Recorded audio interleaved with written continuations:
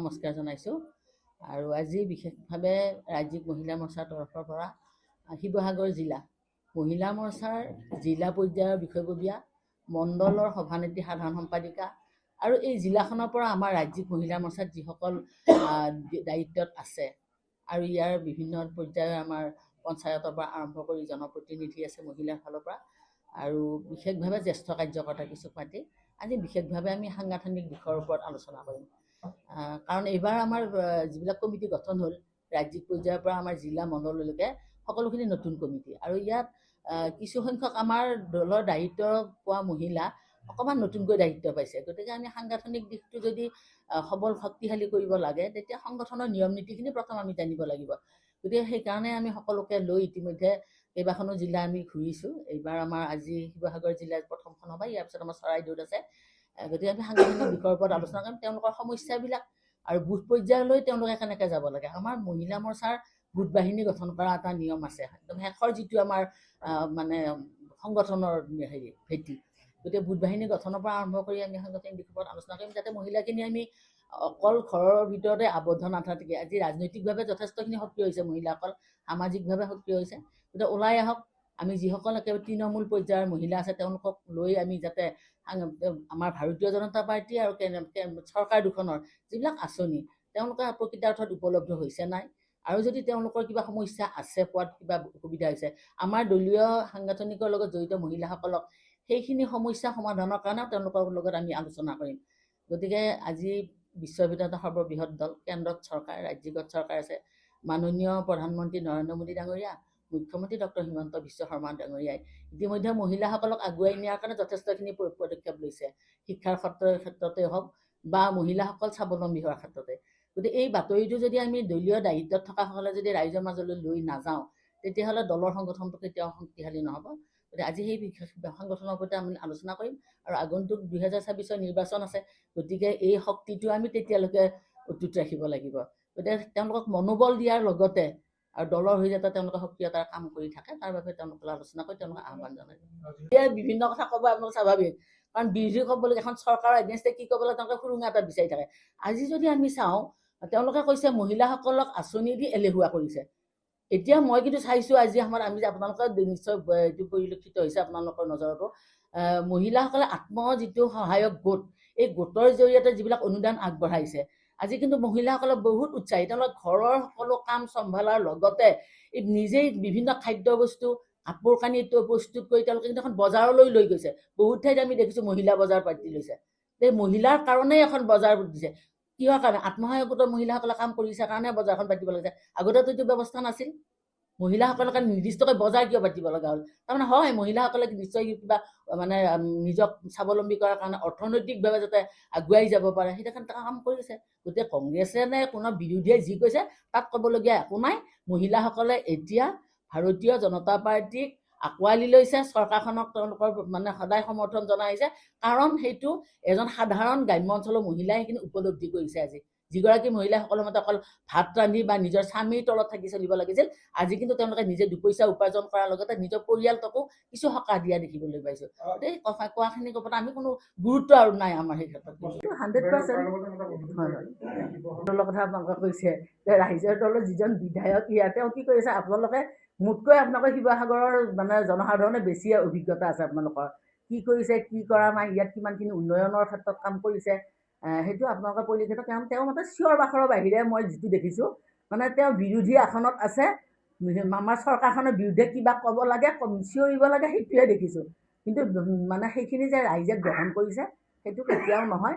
কিন্তু ইয়াত আজি শিৱসাগৰত ভাৰতীয় জনতা পাৰ্টীৰ সংগঠন ভাল মই দেখিবলৈ পাইছোঁ। আজি যিমানখিনি মহিলা আছে গোটেই সংগঠনটো যথেষ্টখিনি শক্তিশালী। আমাৰ সভাপতি বিতুপন ৰাইডিঙীয়াৰ নেতৃত্বত সকলোখিনি দলীয় কাৰ্যকৰ্তাই কিন্তু এতিয়া কাম কৰি আছে। শক্তিশালী এটা সংগঠন আছে। গতিকে ইয়াত ৰাইজৰ দল কোনোবা বিৰোধী এজন প্ৰাৰ্থী নিশ্চয় থাকিব, কিন্তু আজিৰ সময়ত যিটো দেখিছোঁ মহিলাই হওক বা পুৰুষেই হওক, এই যিগৰাকী প্ৰাৰ্থী হ'ব কিন্তু ভাৰতীয় জনতা পাৰ্টীয়ে জয়ী হোৱাটো মই নিশ্চয় ইয়াত এটা পৰিলক্ষিত হৈছে মোৰ। আজি কিন্তু ইয়াৰ পৰাই মই অমুকেই কেণ্ডিডেট হওক বুলি কাৰো নাম মোৰ মানে এইটো মেনশ্যন কৰা মোৰ সেইটো অধিকাৰ নাই। কিন্তু ইয়াত দলীয় মানে কাৰ্যকৰ্তাই হওক বা ৰাইজৰ যিগৰাকী সমৰ্থন পাব বোলে ৰাইজে যদি কয় নাই এগৰাকীক বা এওঁক দিলে বেছি ভাল হ'ব, সেইটো সদায় ৰাইজৰ সমৰ্থনত এজন প্ৰাৰ্থী জিকিব পাৰে। যদি ৰাইজৰ সমৰ্থন নাথাকে ভোটাৰে ভোট দিব, কিন্তু ভোটাৰৰ এজন মানে প্ৰিয় এজন মানে প্ৰাৰ্থী হ'ব লাগে সদায়। তেনেকুৱা এজন প্ৰাৰ্থী নিশ্চয় ভাৰতীয় জনতা পাৰ্টীৰ ফালৰ পৰা ইয়াত প্ৰক্ষেপ কৰিব আৰু নিশ্চয় জিকি যোৱাটো।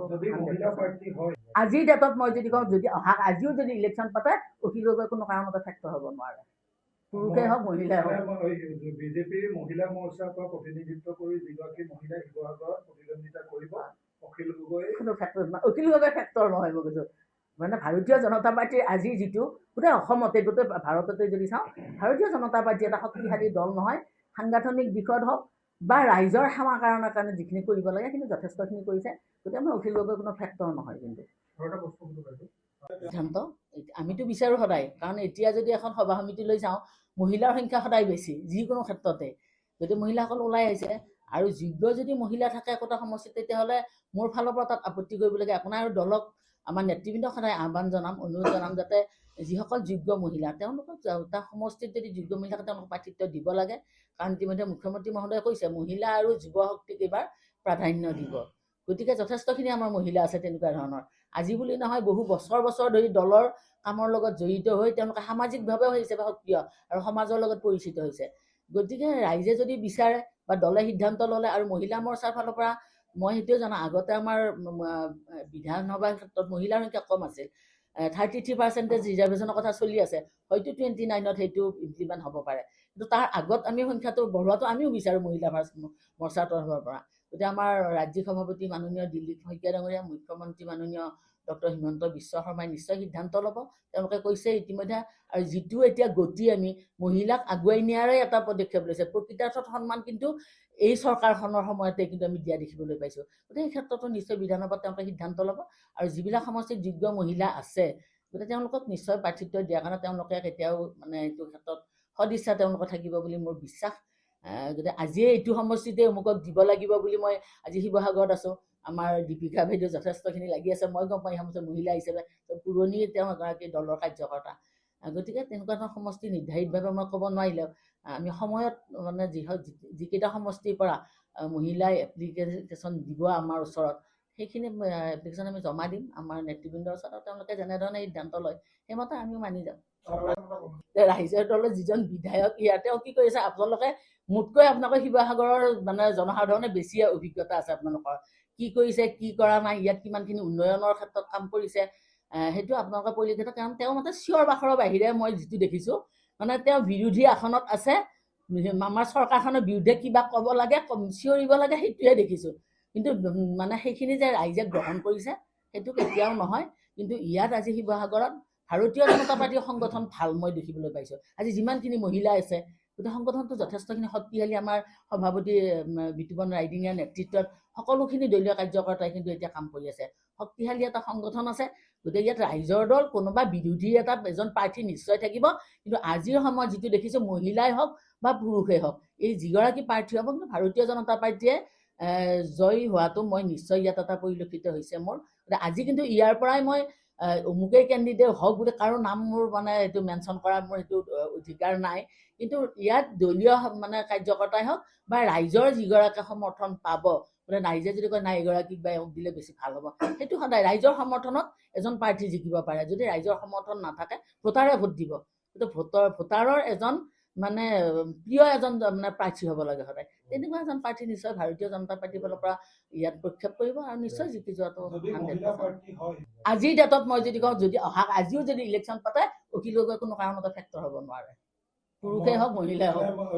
বিজেপিৰ মহিলা মৰ্চাৰ পৰা প্ৰতিনিধিত্ব কৰি যিগৰাকী মহিলাই শিৱসাগৰত প্ৰতিদ্বন্দ্বিতা কৰিব, অখিল গগৈ কোনো ফেক্টৰ নহয়, অখিল গগৈ ফেক্টৰ নহয়। মই কৈছোঁ মানে ভাৰতীয় জনতা পাৰ্টীৰ আজিৰ যিটো গোটেই অসমতে গোটেই ভাৰততে যদি চাওঁ, ভাৰতীয় জনতা পাৰ্টী এটা শক্তিশালী দল নহয়।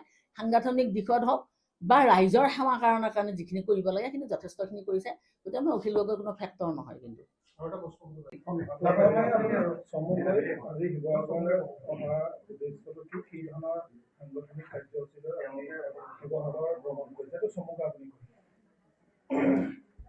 প্ৰথমে মই আটাইকে নমস্কাৰ জনাইছোঁ। আৰু আজি বিশেষভাৱে ৰাজ্যিক মহিলা মৰ্চাৰ তৰফৰ পৰা শিৱসাগৰ জিলা মহিলা মৰ্চাৰ জিলা পৰ্যায়ৰ বিষয়ববীয়া মণ্ডলৰ সভানেত্ৰী সাধাৰণ সম্পাদিকা আৰু এই জিলাখনৰ পৰা আমাৰ ৰাজ্যিক মহিলা মৰ্চাত যিসকল দায়িত্বত আছে আৰু ইয়াৰ বিভিন্ন পৰ্যায়ৰ আমাৰ পঞ্চায়তৰ পৰা আৰম্ভ কৰি জনপ্ৰতিনিধি আছে মহিলাৰ ফালৰ পৰা আৰু বিশেষভাৱে জ্যেষ্ঠ কাৰ্যকৰ্তা কিছুক মাতি আজি বিশেষভাৱে আমি সাংগঠনিক দিশৰ ওপৰত আলোচনা কৰিম। কাৰণ এইবাৰ আমাৰ যিবিলাক কমিটি গঠন হ'ল ৰাজ্যিক পৰ্যায়ৰ পৰা আমাৰ জিলা মণ্ডললৈকে সকলোখিনি নতুন কমিটি আৰু ইয়াত কিছুসংখ্যক আমাৰ দলৰ দায়িত্ব পোৱা মহিলা অকণমান নতুনকৈ দায়িত্ব পাইছে। গতিকে আমি সাংগঠনিক দিশটো যদি সবল শক্তিশালী কৰিব লাগে তেতিয়া সংগঠনৰ নিয়ম নীতিখিনি প্ৰথম আমি জানিব লাগিব। গতিকে সেইকাৰণে আমি সকলোকে লৈ ইতিমধ্যে কেইবাখনো জিলা আমি ঘূৰিছোঁ। এইবাৰ আমাৰ আজি শিৱসাগৰ জিলাৰ প্ৰথমখন হ'ব, ইয়াৰ পিছত আমাৰ চৰাইদেউত আছে। গতিকে আমি সাংগঠনিক দিশৰ ওপৰত আলোচনা কৰিম, তেওঁলোকৰ সমস্যাবিলাক আৰু বুথ পৰ্যায়লৈ তেওঁলোকে কেনেকৈ যাব লাগে। আমাৰ মহিলা মৰ্চাৰ গোট বাহিনী গঠন কৰা এটা নিয়ম আছে, একদম শেষৰ যিটো আমাৰ মানে সংগঠনৰ ভেটি। গতিকে গোট বাহিনী গঠনৰ পৰা আৰম্ভ কৰি আমি সাংগঠনিক দিশৰ ওপৰত আলোচনা কৰিম, যাতে মহিলাখিনি আমি অকল ঘৰৰ ভিতৰতে আবদ্ধ নাথাকে। আজি ৰাজনৈতিকভাৱে যথেষ্টখিনি সক্ৰিয় হৈছে মহিলাসকল, সামাজিকভাৱে সক্ৰিয় হৈছে।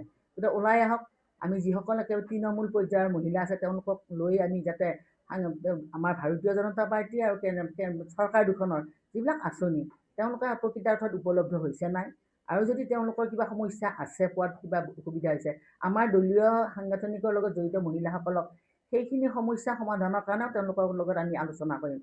গতিকে আজি বিশ্বৰ ভিতৰত এটা সৰ্ববৃহৎ দল, কেন্দ্ৰত চৰকাৰ, ৰাজ্যিকত চৰকাৰ আছে, মাননীয় প্ৰধানমন্ত্ৰী নৰেন্দ্ৰ মোদী ডাঙৰীয়া, মুখ্যমন্ত্ৰী ডক্টৰ হিমন্ত বিশ্ব শৰ্মা ডাঙৰীয়াই ইতিমধ্যে মহিলাসকলক আগুৱাই নিয়াৰ কাৰণে যথেষ্টখিনি পদক্ষেপ লৈছে, শিক্ষাৰ ক্ষেত্ৰতে হওক বা মহিলাসকল স্বাৱলম্বী হোৱাৰ ক্ষেত্ৰতে। গতিকে এই বাতৰিটো যদি আমি দলীয় দায়িত্বত থকাসকলে যদি ৰাইজৰ মাজলৈ লৈ নাযাওঁ তেতিয়াহ'লে দলৰ সংগঠনটো কেতিয়াও শক্তিশালী নহ'ব। গতিকে আজি সেই সংগঠনৰ ওপৰতে আমি আলোচনা কৰিম আৰু আগন্তুক 2026 নিৰ্বাচন আছে। গতিকে এই শক্তিটো আমি তেতিয়ালৈকে অটুট ৰাখিব লাগিব। গতিকে তেওঁলোকক মনোবল দিয়াৰ লগতে আৰু দলৰ হৈ যাতে তেওঁলোকে সক্ৰিয়তাৰ কাম কৰি থাকে তাৰ বাবে তেওঁলোকৰ আলোচনা কৰি তেওঁলোকক আহ্বান জনাইছোঁ। আপোনালোকে কৈছে এইটো প্ৰথমে জুবিন গাৰ্গৰ কথাখিনিয়ে কওঁ। তেওঁৰ মৃত্যুৰ পৰা বৰ্তমানলৈকে যিখিনি মানে আমাৰ ডক্টৰ হিমন্ত বিশ্ব শৰ্মা ডাঙৰীয়াই যিখিনি পদক্ষেপ লৈছে মই দেখিছোঁ, আমি ৰাইজেও কিন্তু ক'ব লাগিব, কিন্তু কোনো অৱহেলা কৰা নাই ক্ষেত্ৰত। এটা সময় লাগে, সদায় একেদিনাই সকলো কিন্তু মানে সিদ্ধান্ত দিয়াটো সম্ভৱ নহয়, এটা সময় লাগে। সময়ৰ লগে লগে যিখিনি কৰিবলৈ কৰি গৈছে, আজি যিটো চাৰ্জশ্বিটৰ মানে পাইছে ৰাইজে, এইখিনিতো যথেষ্টখিনি আগবাঢ়িছে বুলি আমি ভাবোঁ। গতিকে ন্যায় নিশ্চয় জুবিনে পাব আৰু ৰাইজে সন্তুষ্ট হ'ব পৰাকৈয়ে নিশ্চয় ন্যায় দিব, এইটো মই নিশ্চয় মানে মোৰ এটা বিশ্বাস আছে। তাৰোপৰি আৰু এটা কি ক'লে, জনজাতীয়, এইটো ক্ষেত্ৰত মই একো নকওঁ। জনজাতিকৰণৰ ক্ষেত্ৰত এখন চৰকাৰ আছে, আমাৰ চৰকাৰে এই ক্ষেত্ৰত সিদ্ধান্ত ল'ব। ৰাইজে কিছুমান দাবী থাকিবই, সকলোৰে অধিকাৰ আছে নিজৰ নিজৰ প্ৰাপ্যটো ল'বৰ কাৰণে ইচ্ছা। তাত সময় উপযোগীকৈ কোনটো বস্তু দিলে লাভ আছে লোকচান আছে সেই কথাটো সদায় এটা চোৱা চিতাৰ মাজেৰে সিদ্ধান্ত লয়। গতিকে এখন চৰকাৰ আছে, তেওঁলোকে সিদ্ধান্ত ল'ব। সেইটো দলৰ সিদ্ধান্ত, আমিতো বিচাৰোঁ সদায়। কাৰণ এতিয়া যদি এখন সভা সমিতিলৈ যাওঁ, মহিলাৰ সংখ্যা সদায় বেছি যিকোনো ক্ষেত্ৰতে। যদি মহিলাসকল ওলাই আহিছে আৰু যোগ্য যদি মহিলা থাকে একোটা সমষ্টিত, তেতিয়াহ'লে মোৰ ফালৰ পৰা তাত আপত্তি কৰিবলগীয়া একো নাই। আৰু দলক আমাৰ নেতৃবৃন্দক সদায় আহ্বান জনাম, অনুৰোধ জনাম যাতে যিসকল যোগ্য মহিলা তেওঁলোকক তাৰ সমষ্টিত যদি যোগ্য মহিলা থাকে তেওঁলোকক প্ৰাৰ্থিত্ব দিব লাগে। কাৰণ ইতিমধ্যে মুখ্যমন্ত্ৰী মহোদয়ে কৈছে মহিলা আৰু যুৱ শক্তিক এইবাৰ প্ৰাধান্য দিব। গতিকে যথেষ্টখিনি আমাৰ মহিলা আছে তেনেকুৱা ধৰণৰ, আজি বুলি নহয় বহু বছৰ বছৰ ধৰি দলৰ কামৰ লগত জড়িত হৈ তেওঁলোকে সামাজিকভাৱেও হিচাপে সক্ৰিয় আৰু সমাজৰ লগত পৰিচিত হৈছে।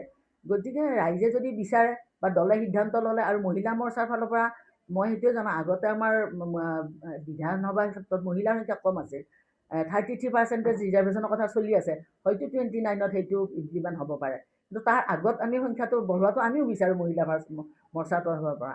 গতিকে আমাৰ ৰাজ্যিক সভাপতি মাননীয় দিলীপ শইকীয়া ডাঙৰীয়া, মুখ্যমন্ত্ৰী মাননীয় ডক্টৰ হিমন্ত বিশ্ব শৰ্মাই নিশ্চয় সিদ্ধান্ত ল'ব, তেওঁলোকে কৈছে ইতিমধ্যে। আৰু যিটো এতিয়া গতি আমি মহিলাক আগুৱাই নিয়াৰে এটা পদক্ষেপ লৈছে, প্ৰকৃতাৰ্থত সন্মান কিন্তু এই চৰকাৰখনৰ সময়তে কিন্তু আমি দিয়া দেখিবলৈ পাইছোঁ। গতিকে এই ক্ষেত্ৰতো নিশ্চয় বিধানসভাত তেওঁলোকে সিদ্ধান্ত ল'ব। আৰু যিবিলাক সমষ্টিত যোগ্য মহিলা আছে গতিকে তেওঁলোকক নিশ্চয় প্ৰাৰ্থিত্ব দিয়াৰ কাৰণে তেওঁলোকে কেতিয়াও মানে এইটো ক্ষেত্ৰত সদিচ্ছা তেওঁলোকৰ থাকিব বুলি মোৰ বিশ্বাস। গতিকে আজিয়ে এইটো সমষ্টিতে অমুকক দিব লাগিব বুলি মই আজি শিৱসাগৰত আছোঁ, আমাৰ দীপিকা বাইদেউ যথেষ্টখিনি লাগি আছে, মই গম পাওঁ এই সমষ্টিৰ মহিলা হিচাপে পুৰণি তেওঁ এগৰাকী দলৰ কাৰ্যকৰ্তা।